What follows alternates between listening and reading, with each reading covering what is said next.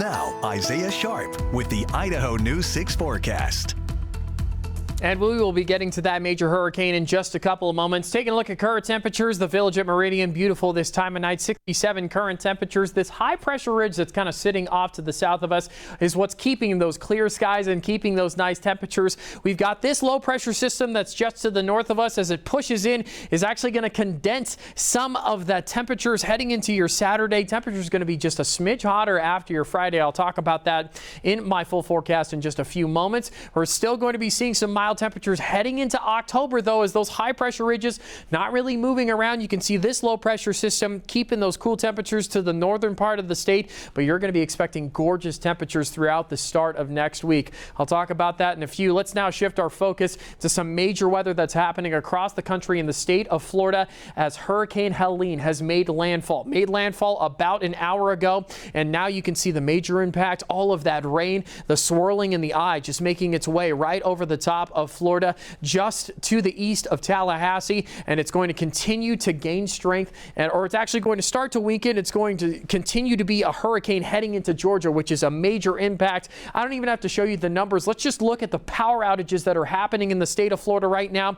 Some of these numbers updating in the last couple of hours. That's sitting at about 80,000 now in Tampa, 90,000 people without power, 210,000 people without power just to the north of Tampa. All of these different counties all dealing with the same thing right now. High winds, high rain impacting a lot that's going on. Let's take a look at this storm more specifically. A Category 4 as it made its way across Florida, 140 mile per hour winds. It now enters Atlanta, or it enters Georgia at a Category 2 just south of Atlanta. As you can see, it's going to start to taper off, turns into a bit more of a tropical storm in the morning time at about 6 a.m. as it passes over the top of Atlanta. But before it gets there, in between, this is the concerning part that we need to be watching for, because as it makes a Category 4 entering the land, it could be anywhere between a 3, 2, or 1 category hurricane as it makes its way up through Georgia. We're going to be watching this overnight, seeing what's going to be happening damage-wise, because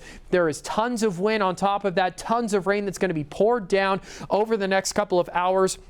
14 inches in North Carolina, almost 6 inches in Nashville. Other places dealing with a lot of rain on top of that too. This is a major storm and a major system. We'll be seeing the impacts going into tomorrow, as this is an active situation. This hurricane right now sitting over the northern part of Florida, sitting over the southern part of Georgia. Let's bring it back to the Gem State now. 80-degree temperatures in Boise, 70s down in Twin Falls, 77 over in Ketchum.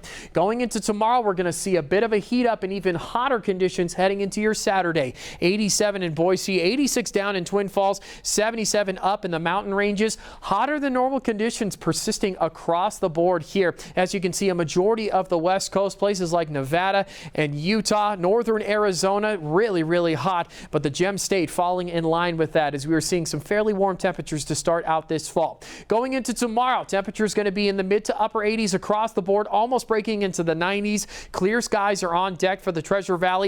Western Central Mountains going to be seeing 70s in McCall and Cascade, 80s everywhere else. Fairly warm in Garden Valley at 89, almost breaking into the 90s. Temperatures in the Eastern Central Mountains just a bit cooler, 70s in Stanley and Sun Valley, 80s in Fairfield and in Haley. But heading into tomorrow, we're going to be seeing that heat up. Clear skies across the board, 87, but then heading into your weekend, HOTTOGO. Temperatures are going to be hot to go going into your Saturday. 93 expected to be the high. We'll see a significant drop after that.